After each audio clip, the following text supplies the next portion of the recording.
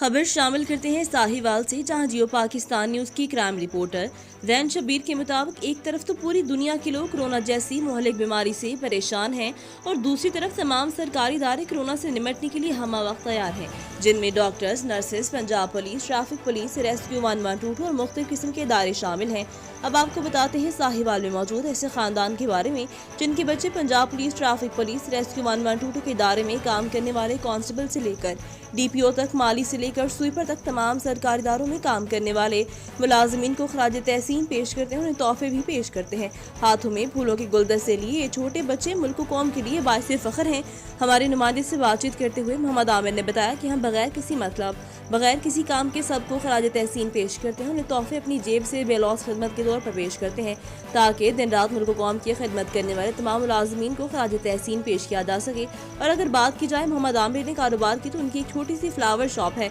मगर मोहम्मद आमिर उनके बच्चों का पाकिस्तान के तमाम मुलाजमीन से प्यार मोहब्बत का तरीका बहुत बड़ा है। मजीद हमारे नुमाइंदे से बातचीत करते हुए मोहम्मद आमिर ने बताया कि मैं सलाम पेश करता हूँ पंजाब पुलिस को, पाक फौज को, पाकिस्तान के तमाम सरकारी इदारों को जो मुल्क कौम की खिदमत के लिए कोशा है, जिनकी वजह से हम रात को सुकून की नींद सोते हैं। मोहम्मद आमिर का कहना है कि मैं और मेरे बच्चे इसी तरह तमाम सरकारी मुलाजमीन को खराज तहसीन पेश करते रहेंगे, ताकि उनकी हौसला अफजाई की जाए और उनसे किसी बात का यकीन दिलाया जाए कि पाकिस्तान की अवाम अपने सरकारी इदारों के साथ शाना बशाना खड़ी है। जियो पाकिस्तान न्यूज़ मोहम्मद आमिर उनके बच्चों को सलाम पेश करता है, जो तमाम सरकारी इदारों की हौसला अफजाई करना अपना फरीदा समझते हैं। District crime reporter Zain Shabbir, Geo Pakistan news, Sahiwal.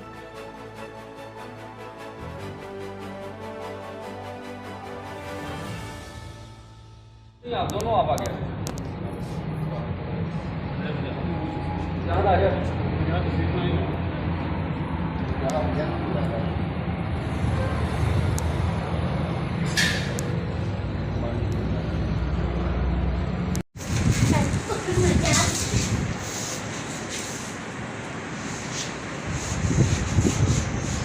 Thank you.